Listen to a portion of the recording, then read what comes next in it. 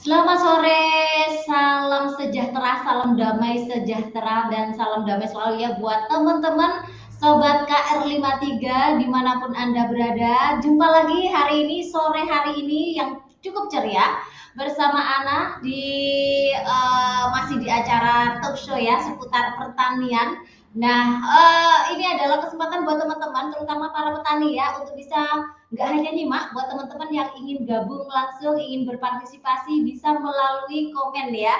Nah, di acara ini kita live di Facebook. Nah, nanti untuk siaran ulangnya bisa disimak di YouTube kami di KR53 Broadcast. Dan untuk yang ingin mendengarkan audio, mungkin sambil beraktivitas, sambil bekerja di sawah, boleh itu ya, bisa menyimak melalui Spotify.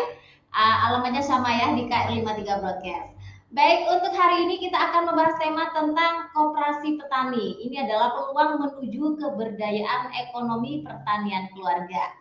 Nah, untuk itu Ana nggak sendiri ya, karena Ana bukan apa namanya, bukan ahlinya. Jadi Ana datangkan ahlinya langsung ya. Nah, ini adalah salah satu teman dari Aliansi Petani Indonesia. Beliau ini adalah namanya Bung Rifai. Di API ini sebagai Ketua Bidang Penataan Produksi dan Kewirausahaan Petani. Baik, langsung aja kita sapa dulu. Assalamualaikum Bung Rifai. Waalaikumsalam Mbak Ana. Iya. Gimana kabarnya Bung Rifai? Sehat? Alhamdulillah baik. Kita lagi duduk-duduk santai ini. Santai-santai ya sambil ngopi. Ya, Iya, Bung Rifai hari ini lagi berada di mana nih posisinya? saya ini lagi berada di kawasan areal pembudidaya ikan kerapu milik Mokdakan Metro Fish Marine ini. Di Lamongan ya? Di Lamongan ya, karena Wah, ada ikan beberapa, kerapu enak banget ya, Mas. iya, ini ada beberapa yang kena penyakit, Oh iya. kita bantu untuk penanganannya. Jadi merangkap dokter ikan ini. Ya, karena pengalaman Mbak dari kecil, Heeh. anak pantai kita.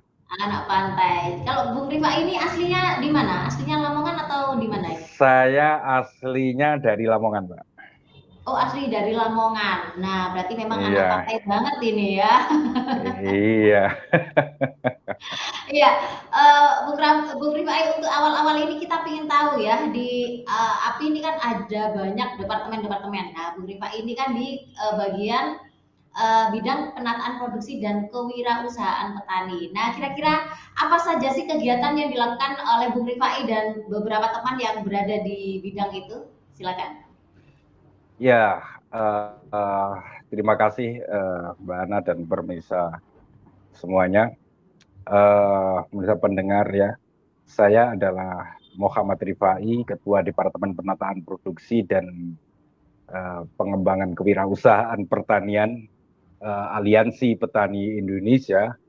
Aktivitas kami adalah memberikan bisnis development service, ya, di layanan pengembangan bisnis untuk petani, khususnya adalah petani-petani kecil dalam skala rumah tangga, untuk mengembangkan kewirausahaan menuju koperasi yang dipimpin oleh petani. Ya, banyak koperasi, tapi ini koperasi yang dipimpin oleh petani. Nah, hari-hari kami memberikan konsultasi terkait dengan perencanaan bisnis koperasi, perencanaan keuangan, sistem pembukuan koperasi, dan manajemen koperasi yang lainnya yang bernaung di Aliansi Petani Indonesia. Selain itu juga kami menyediakan modul-modul untuk kewirausahaan, khususnya kewirausahaan pertanian yang dipimpin oleh petani, dan kita memberikan pelatihan-pelatihan untuk petani-petani yang ingin berkembang, ingin membangun sebuah kewirausahaan dalam bentuk koperasi yang dipimpin oleh petani. Itu aktivitas utama kita. Kalau ya. kan datanya Bu Rifa ini, kalau dari para anggota API sudah ada berapa koperasi ini Bu Rifai hingga saat ini? Di Aliansi Petani Indonesia ada 16 koperasi yang sudah mulai kita kategorikan dari starting, sekarang sudah mulai menuju ke growing atau tumbuh. Di saat ini kami menangani 6 koperasi dalam tahap starting, ya, permulaan. Iya. Nah, untuk bentuk koperasi atau kegiatan yang dilakukan itu apakah juga ada menabung, simpan pinjam seperti itu, Bung Rifai? Kami fokus utama layanan bisnis kita yang kita dorong itu bukan ke simpan pinjam, tapi koperasi produksi, karena banyak yang memang petani itu banyak produksi. Sebenarnya kita bergerak di produksi dan value chain. Kita di situ. Jadi misalnya coklat, punya produksi, punya padi, bagaimana menambah value chain, dan bagaimana nilai guna yang masih bisa ditangani oleh petani, ya itu yang kita akan fokuskan usaha yang menguntungkan di situ untuk koperasi-koperasi petani. Tidak menutup kemungkinan nanti kalau berkembang koperasi itu sudah mulai tahap advance, tidak menutup kemungkinan akan menggalang mulai simpan pinjam untuk anggota dan yang lain. Karena itu yang dari sektor value chain itulah yang memang saat ini menjadi perhatian petani-petani kecil dan kita semua. Ya, biasanya kalau belum sudah ada simpan pinjam itu ruwet. Ya, yang pinjamnya susah kembalikannya ini biasanya. Yang sering karena banyak guyonan di petani itu simpannya tidak, tapi pinjemnya yang sering. Jadi bukan simpan pinjam, tapi koperasi pinjam dan meminjam. Iya. Ya, Bu Rifai, mungkin sebagian petani ada juga yang belum bergabung di koperasi petani, atau juga ada yang belum mengerti sih apa bedanya koperasi biasa dengan koperasi petani, kemudian apa sih manfaatnya kalau bergabung dengan koperasi petani. Nah, Bu Rifai bisa memberikan gambarannya kepada teman-teman semuanya yang ada di rumah. Ya, banyak hal kadang-kadang yang ya kita bagi menjadi 3 kategori ya untuk anggota koperasi itu, atau anggota yang ingin gabung koperasi berdasarkan motif mereka. Ya, ada masih sebagian besar ini anggota itu bergabung dengan koperasi itu berharap nanti ada pinjaman dari koperasi. Ada juga anggota itu yang bergabung karena berharap nanti koperasi itu dapat bantuan entah dari pemerintah atau dari bantuan program atau hibah atau apa, dan namanya tercantum di sebagai anggota koperasi dan dia mendapatkan keuntungan dari bantuan tersebut. Ada yang memang sebagian ini masih sebagian kecil dari anggota itu memang benar sadar betul bahwa koperasi itu memang untuk bergerak, untuk bergain position dan untuk meningkatkan value dari produk-produk yang mereka hasilkan, sehingga bisa menambah pendapatan mereka dan perputaran ekonomi itu tidak keluar dari lingkungan aktivitas usaha on farm mereka, kan di situ ada 3 kategori itulah. Nah, yang paling banyak saat ini sebenarnya motif kalau saya bergabung di koperasi, pertanyaan pertama saya boleh pinjam atau tidak. Masih ya. Itu masih sering mendapatkan pertanyaan-pertanyaan, terutama bagi anggota-anggota baru yang mau bergabung. Tapi kalau yang sudah berproses, biasanya sudah tahu, sudah betul bahwa bagaimana produk yang mereka hasilkan itu mendapatkan nilai tambah ekonomi dan nilai guna ekonomi itu bisa menjadi efek multiplier di sekitar lingkungan usaha mereka. Kayak gitu. Ya, kalau ini ya, kalau di beberapa koperasi petani, misalnya ada di Jember itu ada namanya koperasi petani kopi ya, Ketakasi kalau nggak salah namanya. Nah, di Ya. sana itu juga mereka jadi setiap panen disetor ke koperasi itu. Nah, nanti ketika ada kebutuhan apa, mereka bisa ambil hasilnya sebagian di situ, sisanya ditabung lagi gitu ya. Nah, jadi apa namanya berfungsi sebagai kayak cadangan ya untuk kebutuhan-kebutuhan yang lain itu. Nah, apakah di koperasi-koperasi yang dikelola atau yang didampingi oleh API ini, apakah juga ada misalnya jual beli pupuk organik atau mungkin diproduksi sendiri kemudian dijual di koperasi sehingga anggotanya kalau butuh mungkin harganya bisa lebih murah atau juga ada pestisida, ada kayak gitu nggak Bung Rifai?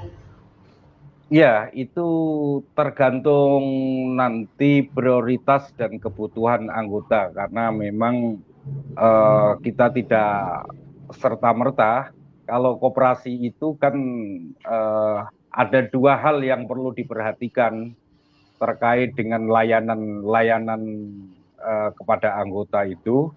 Satu adalah memang itu kebutuhan anggota, dan yang kedua memang koperasi itu bisa mengembalikan modal mereka, dalam hal ini ada sebagian keuntungan untuk menutup biaya operasional. Kalau nggak ada kayak gitu kan nggak, koperasi semakin lama kan nggak bisa bergerak. Jadi itu tergantung dari situasi di masing-masing koperasi. Memang ada beberapa layanan yang sekaligus, ada yang terkait dengan input, misalnya penyediaan pupuk, baik pupuk kimia bersubsidi maupun yang menyediakan pupuk organik atau pestisida organik. Itu ada memang, dan sekaligus mereka membeli produk-produk yang dihasilkan oleh anggota dan memasarkan produk-produk tersebut kepada ada yang melalui buyer atau perantara, ada yang melalui langsung ke customer. Seperti di Blitar itu kan lebih banyak ke langsung kepada customer, misalnya keburu sasarannya untuk beras organik mereka keburu. Nah, Mungkin untuk untuk memotong mata rantai juga Pak ya, Bung ya. ya salah satunya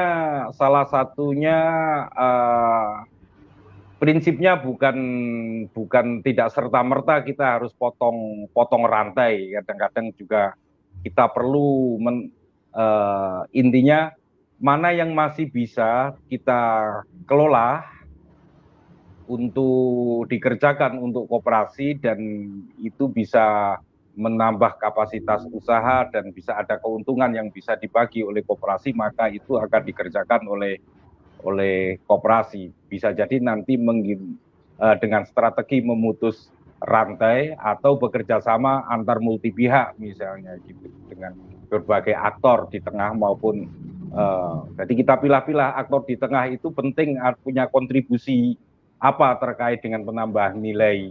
Kita pilah-pilah, kalau nggak punya kontribusi apa-apa, istilahnya hanya maklarin aja, ya mungkin bisa kita eliminasi di situ. Bisa ditinggal aja ya. Kan bisa ditinggal karena di situ setiap mata rantai itu di dalam koperasi atau ada kan cost benefitnya, jadi biaya manfaat itu apakah lebih besar cost-nya atau lebih besar manfaatnya kan. Kalau lebih besar manfaatnya ya kita lanjut gitu. Berarti ini kalau sama Bu Rifa ini sudah harus ada asesmennya ya, harus ada analisanya, nggak asal ini ya. Betul, Siapa nggak saja asal. sih yang terlibat, siapa saja sih yang berperan. Jadi jangan sampai salah pilih teman gitu ya, salah Salah pilih, pilih jangan sampai salah partner pilih gitu ya. teman.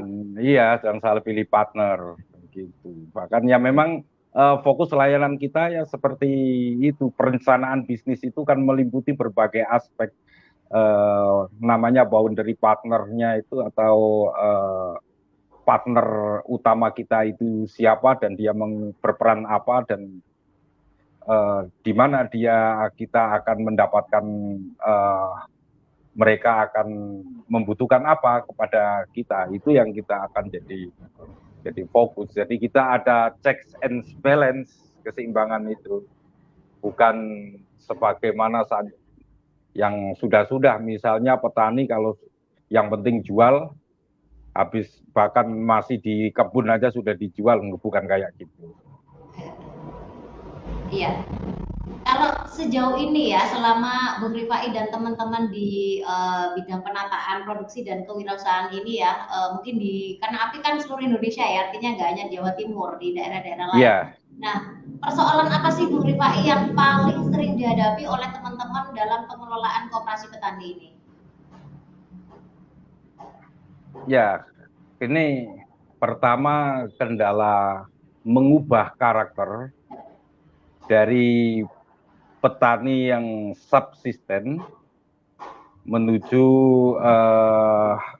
petani yang punya visi terkait dengan kewirausahaan dan memperhatikan aspek-aspek lingkungan, kebutuhan di luar mereka. Itu memang butuh waktu, proses yang sangat tentu kompleks dan perlu menjelaskan pemberdayaan, pendampingan kepada mereka. Dan yang kedua, tantangan awal yang pertama itu untuk koperasi yang dipimpin oleh petani itu adalah mendetailkan terkait dengan rencana usaha mereka, rencana bisnis mereka.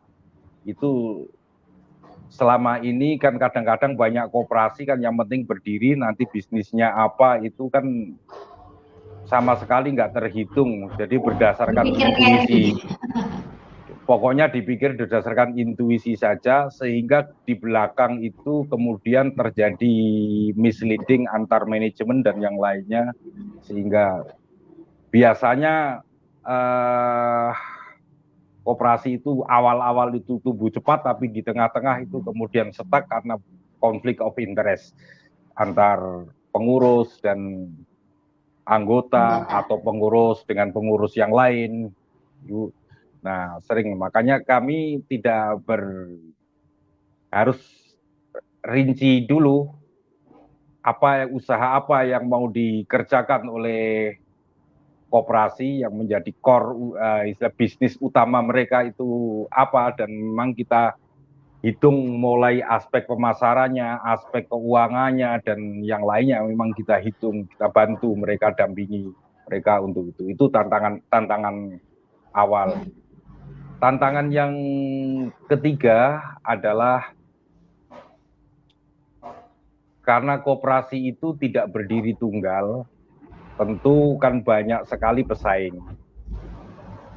Nah, pesaing itu kadang-kadang juga di lingkungan mereka sendiri, di sekitar mereka sendiri, misalnya dengan tengkulak istilah bahasa Jawanya, misalnya kayak contoh misalnya kopi, aku pernah kita di Jember dan yang lain, ketika sudah disepakati harga misalnya di tingkat koperasi 40.000, ternyata ada tengkulak lain atau cukup membeli misalnya 1 kintal, 2 kintal dengan harga 50 misalnya, cukup menjadi isu yang saling curiga antar petani. Mencegah halal konflik interest kayak gitu, itu yang memang sangat butuh energi yang tinggi bagi manajemen maupun bagi pendamping yang untuk koperasi, karena banyak koperasi itu kemudian bubar gara-gara saling curiga di situ. Dan yang tak kalah pentingnya adalah sistem manajemen yang memungkinkan anggota itu dapat mengakses informasi itu dengan cepat, maupun pengurus itu bisa memberikan layanan informasi kepada anggota. Karena sebenarnya keunggulan dari bisnis di koperasi itu adalah bagaimana mengelola komitmen dan bagaimana mengelola informasi. Itu sebenarnya bisnis utama. Nah, yang terakhir, kendala yang paling banyak itu adalah ketika dalam koperasi yang pada tahap-tahap starting awal untuk mengawali, meskipun bisnisnya itu bagus dan masuk akal serta menguntungkan, kesulitan awal adalah menyediakan modal awal untuk koperasi. Tidak mudah juga koperasi itu kalau baru berdiri itu mengajukan pinjaman baik ke perbankan maupun lembaga-lembaga keuangan lainnya, itu sangat sulit, sangat menyulit, susah kalau baru awal-awal. Tapi kalau sudah tumbuh baik itu biasanya kadang-kadang malah koperasi itu menolak-nolak temannya ditawari.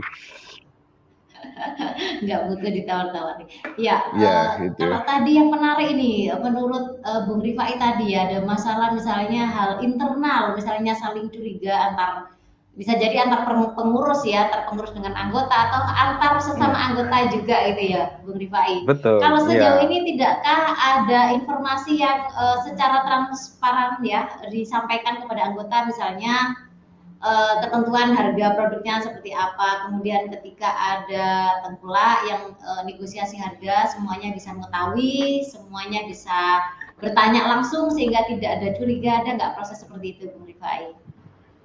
Ya, mekanisme itu memang dibangun, cuma tidak serta-merta orang itu di lapangan yang luas itu tentu antar anggota itu kan bisa jadi cerita-cerita, kan itu cukup bisa membuat isu kan gitu. Misalnya sudah ada ketentuan, tiba-tiba ada pembeli lain itu membeli misalnya 2 kintal dengan harga 50.000 misalnya, padahal sudah sebenarnya harga normal umumnya itu 40. Bahkan kalau kita dalam perencanaan itu kan kita sudah perhitungkan semuanya, dari aspek dari biaya untuk biaya operasional berapa, untuk keuntungan untuk anggota berapa, dan yang lainnya itu biasanya kita memang kita hitung. Tapi kadang-kadang anggota itu kan ingin keuntungan itu jangka pendek.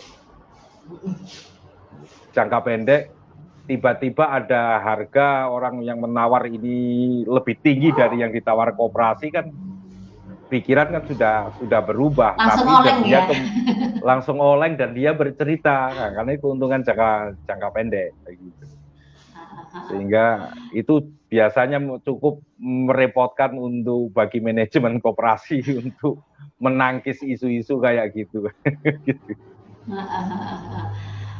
Kalau ini Bung Rifai, ini kan menarik ya di bidang kewirausahaan. Nah, seringkali ya ketika kebetulan aku misalnya di beberapa daerah ketemu dengan teman-teman petani ya, selalu saja persoalannya ini di marketing, di pemasaran. Nah, untuk bidangnya Bung Rifai ada nggak upaya juga yang dilakukan untuk mempermudah atau strategi khusus untuk para petani sehingga mereka bisa memasarkan produk-produk hasil panennya ini dengan mudah, dengan menarik, dan tentu harganya lebih ini ya, lebih bagus.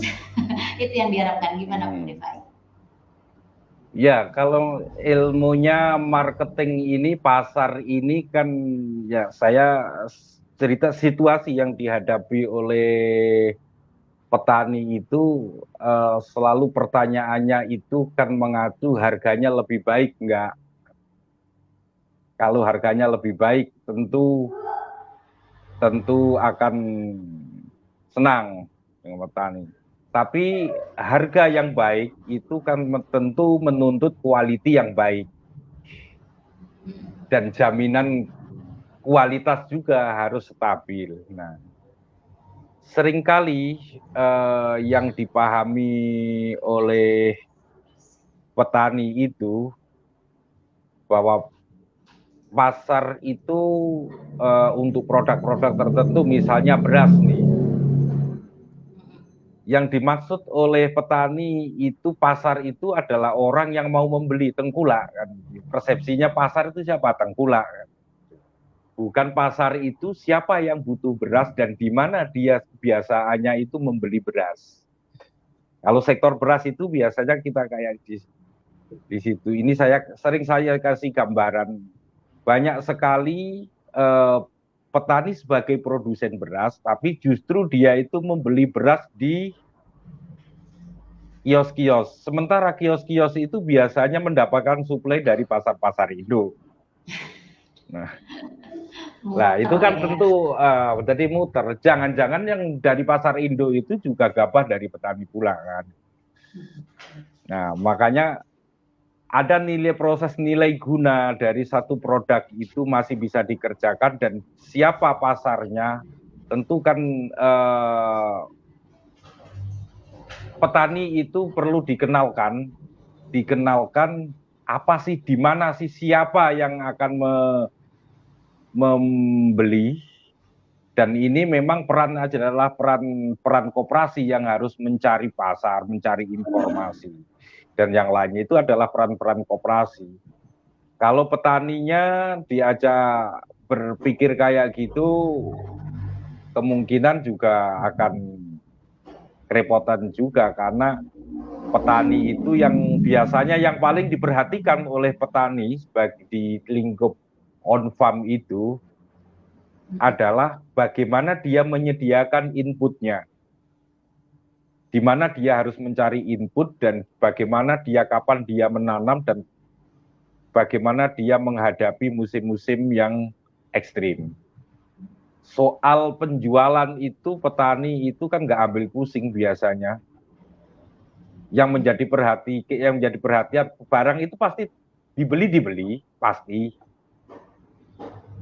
Cuma dibeli itu di dalam satu barang, harga sampai menjadi barang dari petani jatuh ke mulut kita itu, jatuh ke mulut konsumen, adakah sesuatu yang masih bisa dimanfaatkan nilai gunanya itu yang bisa dikerjakan oleh yang bisa bermanfaat buat petani. Disitulah perannya koperasi, harus menambah nilai guna itu supaya nilai guna itu tidak banyak keluar dari lingkungan petani, supaya menjadi efek multiplier di sekitar aktivitas usaha budidaya petani. Misalnya kopi nih, kopi biasanya kan jemur kering jual. Kemudian yang sisanya, padahal kalau kita mau sedikit mengolah menjadi, katakanlah menjadi green bean yang baik, menjadi diolah dan yang lainnya, yang defect bisa menjadi pendapatan lain, yang bagus harganya bisa lebih ya, bisa disortir, misalnya kayak di situ. Nah, kendala bagi petani di pembudidayanya, barang sudah lepas dari tangan mereka itu kan langsung butuh duit. Nah, disitulah kebiasaannya kemudian para spekulan itu masuk. Nah, spekulan itulah masuk, kemudian dia bisa memainkan harga. Nah, kalau koperasi bisa menjadi jembatan intermediarinya di situ, koperasi tentu nilai tambah itu akan berguna buat petani.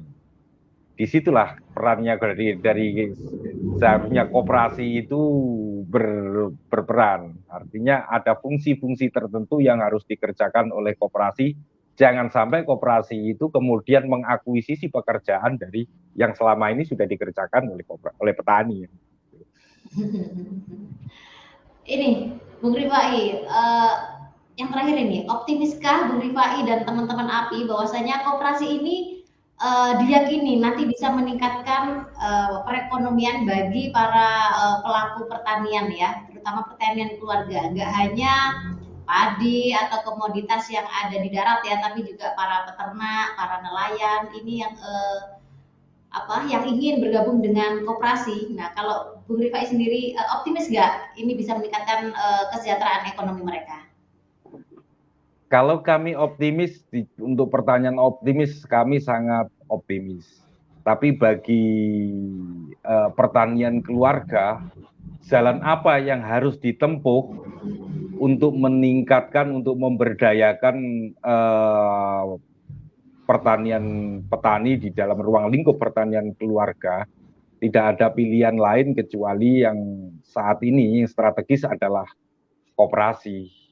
Harus menjadi pilar utama untuk memperkuat perekonomian petani dalam ruang lingkup pertanian keluarga.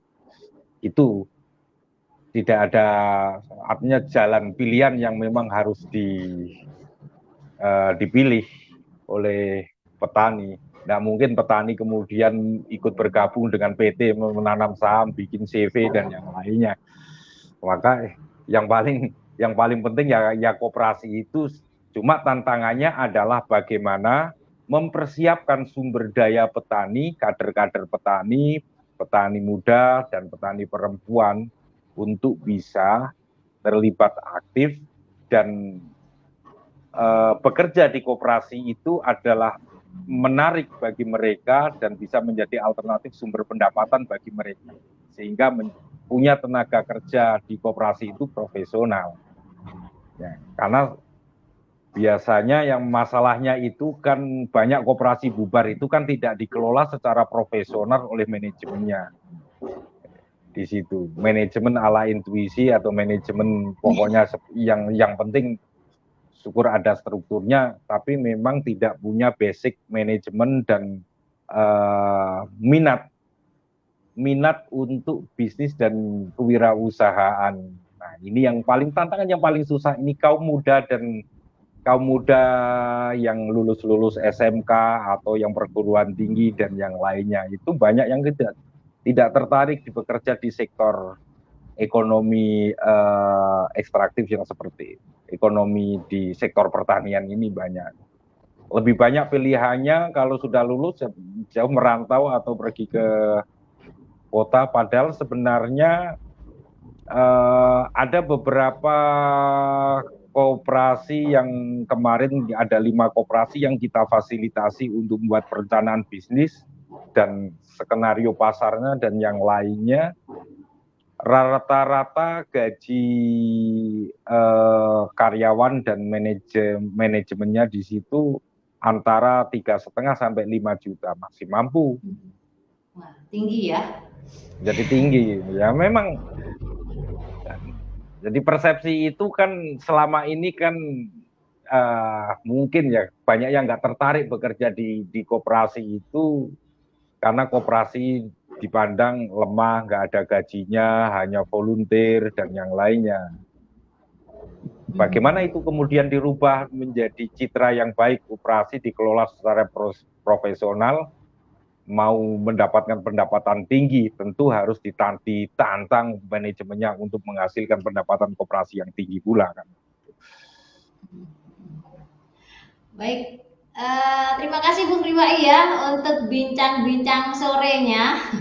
Sambil santai kita sudah dapat ilmu nih. Paling enggak teman-teman petani yang mungkin belum bergabung atau masih galau, masih risau nih mau bergabung, sudah ada gambaran ya Bung Rifai. Kenapa sih mereka perlu masuk? Apa sih keuntungannya dan kedepannya harus seperti apa sih kalaupun mereka sudah masuk? Jadi jangan hanya mengharapkan dapat pinjaman aja atau bantuan ya, tapi ada aktivitas lain yang itu tujuannya lebih sustain ya, lebih berlanjut untuk kedepannya, nggak hanya pinjam hari ini habis gitu ya.